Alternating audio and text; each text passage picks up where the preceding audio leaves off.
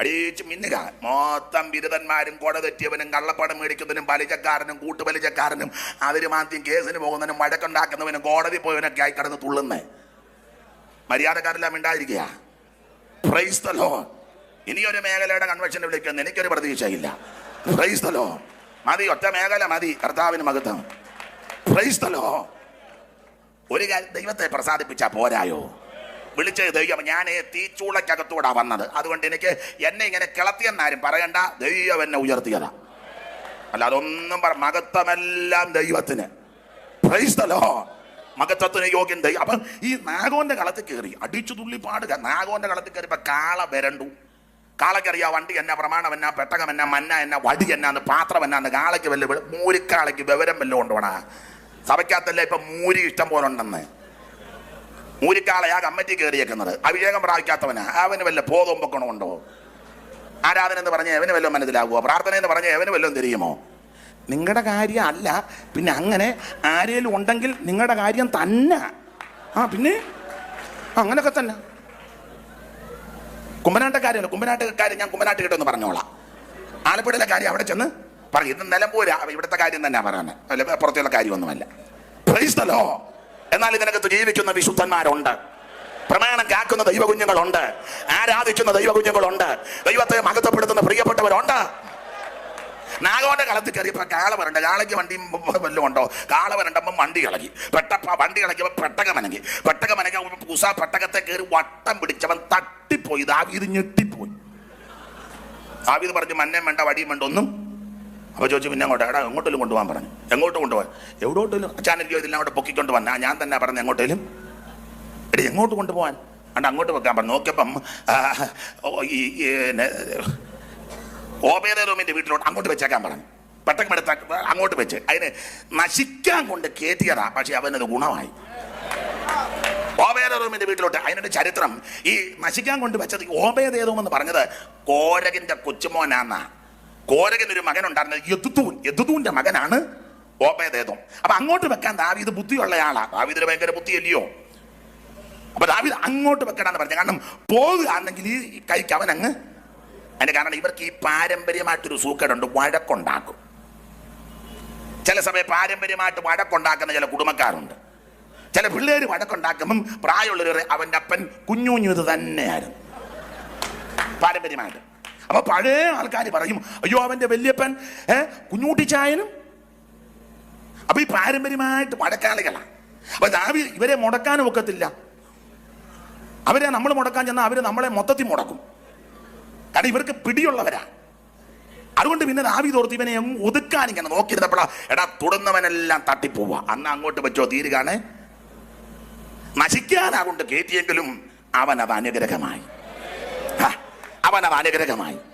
എന്റെ ഭാഷ പറഞ്ഞ വല്യപ്പന്റെ സ്വഭാവമല്ലായിരുന്നു കൊച്ചുപോലെ. അവൻ കൃപയുള്ളവനാ. സന്തോഷത്തോടെ ഇതങ്ങ് സ്വീകരിച്ചു. എന്തിനേറെ 3 മാസമേ വെച്ചോളൂ. അവനുള്ളതെല്ലാം ദൈവം അനുഗ്രഹിച്ചു. ഇതെടുക്കേണ്ടതുപോലെ എടുത്താൽ, ചുമക്കേണ്ടതുപോലെ ചുമന്നാൽ, കൊണ്ടുപോകേണ്ടതുപോലെ കൊണ്ടുപോയാൽ നിന്നെ സന്തതിയെയും ദൈവം അനുഗ്രഹിക്കും. ഇതെടുത്തവർക്ക് ആർക്കും ദോഷം വന്നിട്ടില്ല. ഇത് പോകാൻ ചുമന്നവർക്കാർക്കും ഒരു കുഴപ്പവും വന്നിട്ടില്ല.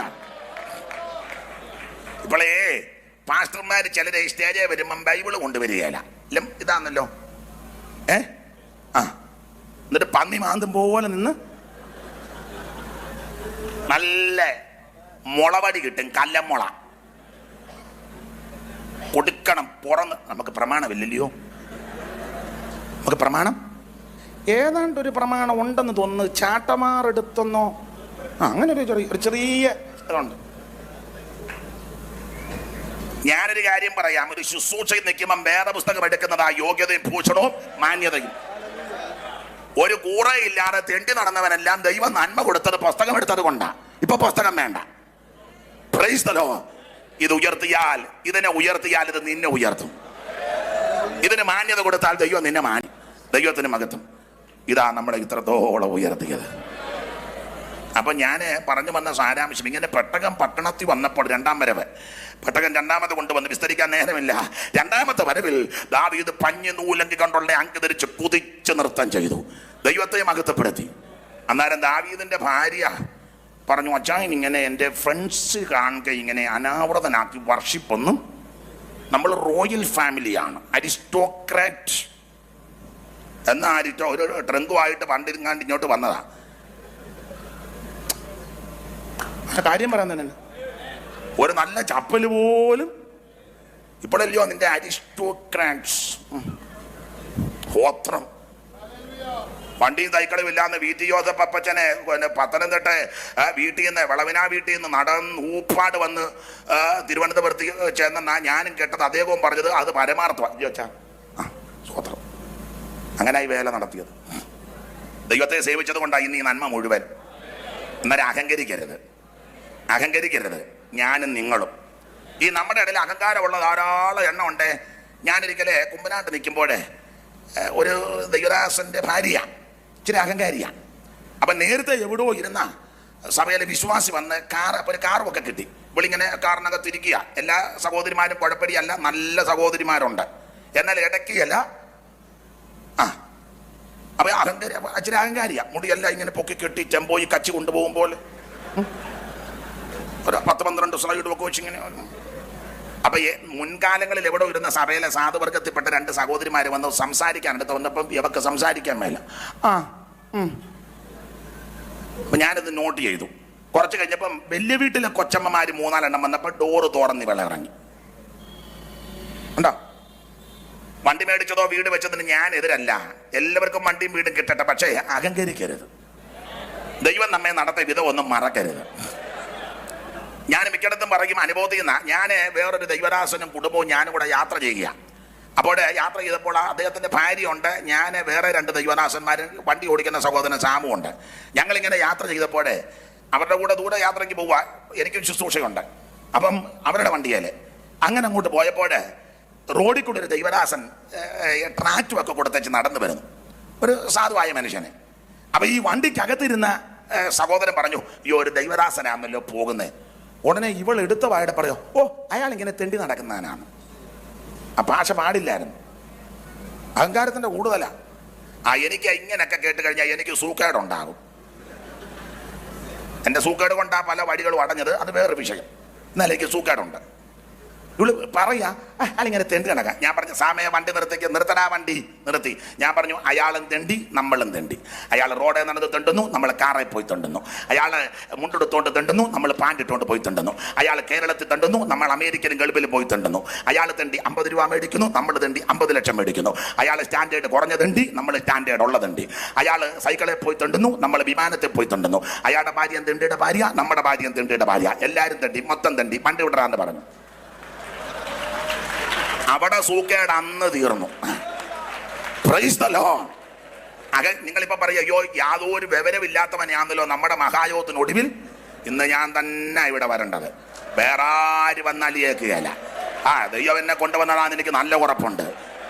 സ്തോത്രം. ദൈവം എൻ്റെ മേൽ പ്രത്യേക അഭിഷേകം തന്നിരിക്കുന്നതാ. Price the Lord. ആരുടെ മുഖം നോക്കത്തില്ല, കർത്താവിന്റെ മുഖത്ത് ആരുടെ ഒപ്പീസും എനിക്ക് വേണ്ട. എനിക്ക് ചൈന പ്രദക്ഷിണം നടത്താൻ ഓച്ചാനിച്ച് നിൽക്കാനൊന്നും നേരമില്ല. അവൻ പെട്ടെന്ന് വേല തീർച്ച എനിക്ക് ഇപ്പം അങ്ങോട്ട് അങ്ങ് പോകണം, അത് ആഗ്രഹമുള്ളൂ. അതുകൊണ്ട് എട്ടമ്പലം നോക്കുന്നില്ല, നേരെ നെടുകെ അങ്ങ് പോകുക. കർത്താവിന്റെ മുഖത്ത് ഇവിടെ ആരുടെ അഭിപ്രായം വേണ്ട, നന്നെന്നും പറയേണ്ട, മോശം ഒന്നും കേൾക്കാൻ എനിക്ക് നേരമില്ല. എന്നെ ഏൽപ്പിച്ച കാര്യം പറയുക, വീട്ടിൽ പോവുക. സ്തോത്രം. അഹങ്കരിക്കരുത്. ദൈവം നമ്മളെ ഇത്രത്തോളം കൊണ്ടുവന്നു. ആരാധനയ്ക്ക് പൊസിഷൻ തടസ്സമല്ല. ദാവീദ് കുതിച്ചു നൃത്തം ചെയ്തപ്പോൾ മീകളും നിന്ദിച്ചു.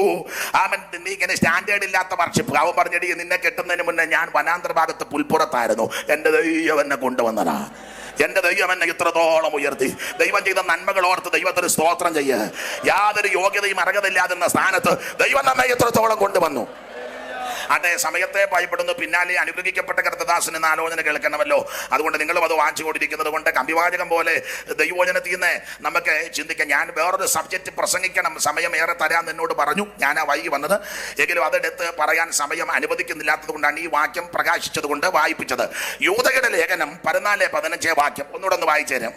ആദാം മുതൽ ഏഴാമനായ ഹാനോക്ക് ഇവരെ കുറിച്ച് ഇതാ കർത്താവ് എല്ലാവരെയും വിധിപ്പാനും അവർ അപക്വതയോടെ ചെയ്ത ഭക്തിവിരുദ്ധമായ സകല പ്രവർത്തികളും നിമിത്തവും ഭക്തികെട്ട ഭാവികൾ തന്റെ നേരെ പറഞ്ഞ സകല നിഷ്ഠൂരങ്ങളും നിമിത്തവും ഭക്തികെട്ടവരൊക്കെയും ബോധം വരുത്തുവാൻ 1000 വിശുദ്ധന്മാരോട് കൂടെ വന്നിരിക്കുന്നു എന്ന് പ്രവചിച്ചു. ഹാനോക്ക് പ്രവചിച്ചു എന്നാണ് യൂദ പറഞ്ഞിരിക്കുന്നത്. എന്നാൽ ഉൽപ്പത്തി പുസ്തകം പഠിച്ചാൽ ഹാനോക്ക് പ്രവചിച്ചതായിട്ട് യാതൊരു രേഖയില്ല. ഹാനോക്കിനെ പറ്റി ചെറിയൊരു ഖണ്ഡിക 5:21 ഉൽപ്പത്തി, അവിടെ പ്രവചിച്ചതായിട്ടൊന്നും രേഖയില്ല. 5:21 ഉൽപ്പത്തി 5:21 മുതലേ ആ ചെറിയ കണ്ണി. ഹാനോക്കിന് 65 വയസ്സായപ്പോൾ അവൻ മെതൂശലയെ ജനിപ്പിച്ചു. മെതൂശലയെ ജനിപ്പിച്ച ശേഷം ഹാനോക്ക് 300 സംവത്സരം ദൈവത്തോട് കൂടെ നടന്നു. വായിച്ചു. ഹാനോക്കിന്റെ ആയുഷ്കാലം ആകെ 365 സംവത്സരമായിരുന്നു. ഹാനോക്ക് ദൈവത്തോട് കൂടെ നടന്നു. ദൈവം അവനെ എടുത്തുകൊണ്ടവനായി കാണാതെയായി. അപ്പൊ ശ്രദ്ധിച്ചേ, ഒരു ഉപദേശം കൂടെ സ്ഥാപിച്ചൊന്ന് കണ്ണിച്ചും കൂടെ പോകാം. ഈ വാക്യം ഇത്ര ക്ലിപ്തമായിട്ട് കിടക്കുന്നത് കൊണ്ട് കർത്താവിനോടുകൂടെ നടക്കുന്നതും കർത്തൃ ശുശ്രൂഷയ്ക്ക് കുടുംബജീവിതം തടസ്സമല്ല. അല്ലെന്നൊക്കെ പറയുന്ന ആൾക്കാർ ഇവിടെ ഉണ്ട്, അടുത്തുണ്ട്, ഞങ്ങളുടെ എഴുതിയായാലും ഉണ്ട്. അതൊക്കെ അറിയായ്മയില്ല, അറിയാത്ത കൊണ്ട് പറയുന്നതാ. വരം ലഭിച്ചവർ ചെയ്യട്ടെ, എല്ലാവർക്കും ഒന്നും വരമൊന്നുമില്ല. വരത്തിന്റെ കാര്യം ഇപ്പം ഞാൻ പറയുന്നൊന്നുമില്ല. സ്തോത്രം. അപ്പൊ കർത്താവിനോട് കൂടെ നടക്കുന്നതിനും കർത്തൃ ശുശ്രൂഷ ചെയ്യുന്നതിന് കുടുംബജീവിതം തടസ്സമല്ല. 300 കൊല്ലമാ കൂടെ നടന്ന്. അപ്പൊ ഈ വാക്യത്തിൽ ഹാനോക്ക് പ്രവചിച്ചതായിട്ട് യാതൊരു രേഖയില്ല. എന്നാൽ യൂദാ പറയുകയാണ് ഹാനോക്ക് പ്രവചിച്ചു. ഈ പുതിയ നിയമത്തിലെ 21 ലേഖനങ്ങളിൽ ഈടുറ്റ ഒരു ലേഖനമാണ് യൂദയുടെ ലേഖനം. കമ്പിവാചകം പോലെ പോകാം.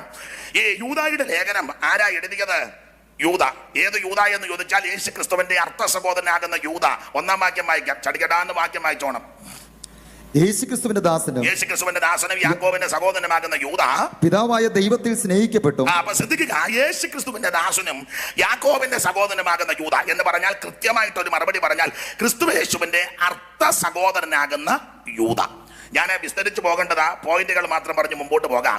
യേശു ക്രിസ്തുവിന്റെ അർത്ഥ സഹോദരനാകുന്ന യൂദ. ഇനി ഈ യൂദ ഈ ലേഖനം എഴുതാനുള്ളതിന്റെ മെയിൻ കാരണം രക്ഷ എന്ന വിഷയത്തെ പറ്റി എഴുതാൻ ആ യൂദ തുനിഞ്ഞെങ്കിലും എഴുത്ത് ആരംഭിച്ചപ്പോൾ യൂദയ്ക്ക് ഒരു കാര്യം ബോധ്യപ്പെട്ടു. രക്ഷ എന്ന വിഷയത്തെ പറ്റി എഴുതുന്നതിലും അത്യാവശ്യം ദുരുപദേശത്തിനെതിരെ ഖണ്ഡനം നടത്തണം. കാരണം ഈ രക്ഷ എന്ന വിഷയത്തെ പറ്റി എഴുതാൻ ആരംഭിച്ചപ്പോഴേ ദുരുപദേശക്കാര് സഭയ്ക്കകത്ത് കയറി. അവർ കയറിയതിനെ പറ്റി ഒരു പദം മുഴഞ്ഞു വന്നെന്ന 3-4 വാക്യം.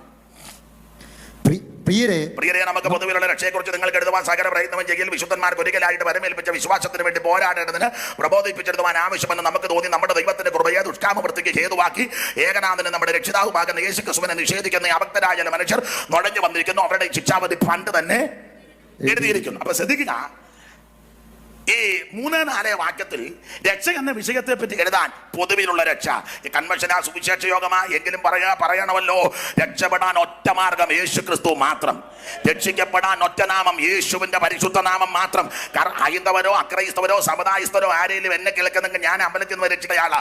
കർമ്മമാർഗം കൊണ്ടോ പുണ്യപ്രവൃത്തി കൊണ്ടോ ദാനധർമ്മം കൊണ്ടോ നേർച്ചകാഴ്ച കൊണ്ടോ ആചാരം കൊണ്ടോ തീർത്ഥയാത്ര കൊണ്ടോ തീർത്ഥാടനം കൊണ്ടോ ഒന്നും രക്ഷിക്കപ്പെടത്തില്ല. രക്ഷിക്കപ്പെടാ യേശു ക്രിസ്തു മാത്രം.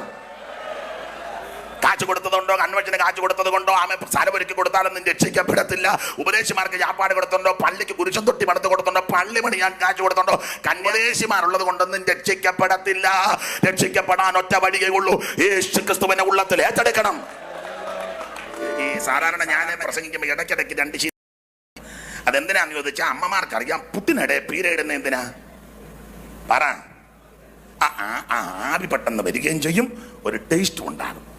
തേങ്ങ തന്നെ ആയാൽ കുഴപ്പമാ, പൊടി തന്നെ ആയാലും കുഴപ്പമാ. അപ്പൊ ഇടയ്ക്കിടയ്ക്ക് 2 പീര. അപ്പൊ അതെന്തിനാന്ന് ചോദിച്ചാൽ ഒരു സന്തോഷം ഉണ്ടാകണം. കാരണം നാം ധാന്യവും വീഞ്ഞും വർദ്ധിച്ചപ്പോൾ അവർക്കുണ്ടായതിലും അധികം സന്തോഷം നമുക്കുണ്ട്. സ്തോത്രം. കാരണം യേശു ഉള്ളത്തിലുള്ളത് കൊണ്ടാണ്. അപ്പൊ രക്ഷിക്കപ്പെടാൻ ഒറ്റ മാർഗം, ഒറ്റ വഴി യേശു ക്രിസ്തു മാത്രം. സുവിശേഷം എന്ന് പറഞ്ഞത് പെന്തിക്കോസുകാരെ കണ്ടുപിടിച്ച മാർഗമല്ല. സുവിശേഷം ഒരു മതക്കാരുടെ കുത്തകയല്ല. സുവിശേഷം ഒരു വ്യക്തിയാ. അത് മറ്റാരുമല്ല, കർത്താവാകുന്ന യേശു ക്രിസ്തു. മനുഷ്യവർഗത്തിന്റെ പാപത്തിന്റെ പരിഹാരത്തിന് സ്വർഗ മഹിമകൾ വെടിഞ്ഞ് ഇഹലോകത്തിൽ ഇറങ്ങി വന്ന നസ്രയനാകുന്ന യേശു ക്രിസ്തു. അതാണ് സുവിശേഷം. അപ്പോൾ സുവിശേഷത്താൽ മാത്രമേ രക്ഷപ്പെടുകയുള്ളൂ. രക്ഷിക്കപ്പെടാൻ 5 പൈസ മുടക്കണ്ട, കാശ് മുടക്കണ്ട, മൈല് നടക്കണ്ട. ഇങ്ങനെ വെളുത്തത് തന്നെ ഇടണമെന്ന് നിർബന്ധമൊന്നുമില്ല. കറുത്തത് തന്നെ ഉടുക്കണമെന്നും നിർബന്ധമില്ല. മഞ്ഞ തന്നെ വേണമെന്നും നിർബന്ധമില്ല. ചുമന്നത് തന്നെ വേണമെന്നും നിർബന്ധം. പിന്നെ എന്തെങ്കിലും വേണമെന്നേ ഉള്ളൂ. അയ്യോ, ഇപ്പോഴത്തെ പെന്തിക്കോസുകാരുടെ നടപ്പും കണ്ട യാതൊരു മാന്യതയില്ല. ഇറുകിപ്പറ്റിയ വസ്ത്രം ഇക്കിളിപ്പെടുത്തുന്നത്, ത്രസിപ്പിക്കുന്നത്, പുരിയം മടിച്ച് ലിപ്റ്റിക്കിട്ട് ചുരിദാറിൻ്റെ ഇവിടുന്ന് കീറി. പിന്നെ സ്പ്രിങ് വർഷിപ്പിന് അവൾ വന്ന് നിൽക്കുക. സ്പ്രിങ് എന്നിട്ട് എവളാ പാടുന്നത്? ലോകമെനിക്ക് എൻ്റെ കണ്ണും തൊട്ടിയിലെങ്ങാനും വന്ന നിനക്കും സുഖവാ, നിന്റെ അമ്മയ്ക്കും സുഖവാ. ബാക്കി ഇന്ന് അടുത്ത പ്രസംഗം നല്ല സ്റ്റാൻഡേർഡായിട്ട് പറഞ്ഞോണം. നമ്മൾ സ്റ്റാൻഡേർഡ് ഇല്ലാതെ അടിക്കുക. പിന്നെ ഞാൻ എൻ്റെ പ്രസംഗം കഴിഞ്ഞാൽ ഉടനെ പോകും. അത് അച്ഛനോട് നമ്മളവിടെ വെച്ച് കണ്ട പറഞ്ഞല്ലേ ഞാൻ ബാക്കി കൊടുത്തോണം, നന്നായിട്ട് കൊടുത്തോണം. അപ്പം ഞാൻ പോകുന്നത് നാളെ ചാനോടി IP സഭായവുമായിട്ട് മേലിയ കൺവെൻഷൻ ഉണ്ട്. അതുകൊണ്ട് പിണങ്ങി പോകുകയല്ല, അങ്ങനെ ഒന്ന് ചതരിക്കരുത്, അടി കൊടുത്തേച്ചേ പോകാവുള്ളൂ. ബാക്കി നമുക്ക് അവിടെ വെച്ച് praise the Lord, praise the Lord. യോഗ്യമില്ലാത്ത വസ്ത്രം ധരിക്കുന്ന ഒറ്റൊരുത്തനെ സ്റ്റേജാക്കി അയച്ചരുത്. ഇറുകിപ്പറ്റിയ ഇൻ ചെയ്യുന്ന പാപമല്ല, നല്ലതാ. പക്ഷെ ഇറുകിപ്പറ്റിയ പാണ്ടിട്ട് ഇൻ ചെയ്ത് സ്റ്റേജായിരിക്കരുത്. കാരണം പണ്ട് ചില പാസ്റ്റർമാരുണ്ട് ഇൻ ചെയ്തവരെ സ്റ്റേജ് ഇരുത്തുക, എന്നിട്ട് അവർ അമേരിക്ക പോയി ഇൻ ചെയ്തു. അതെന്നാ സൂക്കേടാ? TPM-കാർ ഇവിടെ മുണ്ടും ഇതുപോലെ ജിബായി ഇടുവുള്ളു. നല്ല വേഷമാ, നല്ല വേഷമാ, മാനിക്കപ്പെട്ടെ. ഞാൻ അമേരിക്ക ചെന്നപ്പം TPM-ന്റെ ഒരു വീട്ടിൽ ചെന്നപ്പോൾ ഫോട്ടോ കൊണ്ടു. എടാ, ഇവിടുത്തെ മെയിൻ പാസ്റ്ററും വിൽസം പാസ്റ്ററും ചീഫ് പാസ്റ്റർ പാൻറ് ഇട്ട് ടൈയും കെട്ടിയിരിക്കുന്നത്. അതെന്താ സൂക്കാടാ? ബാവിച്ചാനാണോ? ഇല്ല, ജോച്ചാൻ. നാടോടുമ്പോ നടുവേ ഓടുന്നതല്ല പെന്തിക്കോസ്. അതുകൊണ്ട് ഇൻ ചെയ്യുന്ന പാപമാണെന്ന് ഞാൻ പറയത്തില്ല, യോഗ്യമായിരിക്കണം. ഇറുകെ പറ്റിയ വസ്ത്രം, ഇക്കിളിപ്പെടുന്ന വസ്ത്രം, മറ്റുള്ളവരെ പിന്നെ പാട്ടുകാർ ഊശാന്താടി വെച്ചവനെ ഒന്ന് ചേയാക്കറ്റത്. സെൻട്രൽ പാസ്റ്റിലെ മോനാണെങ്കിലും അടിച്ചിറക്കണം. അതിന് ആംബിയർ വേണം. നിന്റെ സെന്റർ. Praise the Lord. മാന്യമായിട്ടും മര്യാദയ്ക്കും യോഗ്യമായിട്ടും വസ്ത്രം ധരിച്ച് ദൈവത്തെ ആരാധിക്കണം. Praise the Lord, praise the Lord. പെന്തിക്കോസുകാരാ കോസ്, എന്തോ കോസ്. പൗലോസ് റോമാലേഖനത്തിൽ അതൊന്നും എഴുതി പിടിപ്പിച്ചേക്കരുത് കേട്ടോ. സജീമത്തായി കാതേട്ട് ദോഷമൊന്നും ഒപ്പിച്ച് വെക്കരുത്. നല്ല കാര്യം എഴുതിക്കോണം, അടിച്ച് മിന്നിക്കോണം. കർത്താവ് വരാറായെന്ന് ഊശാന്താടി വെച്ചതിനെ ഒന്നും തേജാക്കരുത്. ജീൻസ് 12 പോക്കറ്റ്, 4 മള്ളി, കറുത്ത ബനിയന് ആരാധനയ്ക്ക് വന്ന് നിൽക്കുക. ഇവന്റെ മസിൽ അവനാ പറഞ്ഞ ശക്തിയോടെ ഒരിക്കൽ കൂടെ അടിച്ചിവനെയൊക്കെ ഓടിക്കേണ്ട കാലം കഴിഞ്ഞെന്ന്. എടാ, ഇത് പെന്തിക്കോസിന് വില കൊടുത്തവരുണ്ട്, ഇതിന് ചോരയും നീരും കൊടുത്ത പിതാക്കന്മാരുണ്ട്, ഇതിന് വില കൊടുത്ത ദൈവ കുഞ്ഞുങ്ങളുണ്ട്. നീ കുട്ടിച്ചോറാക്കരുത് ഇതിനകത്ത് കയറി. പ്രൈസ്, യേശു വരാറായി. ലോകത്തിന്റെ മാലിന്യം വന്ന് നിന്നെ പിടികൂടരുത്. വാട്ടം, കറ, ചുളുക്കം, മാലിന്യം ഒന്ന് ഉന്നാല് ശുദ്ധയും ശുഭ്രയുമായ കാന്ത ചേർക്കാൻ യേശു വീണ്ടും വരും.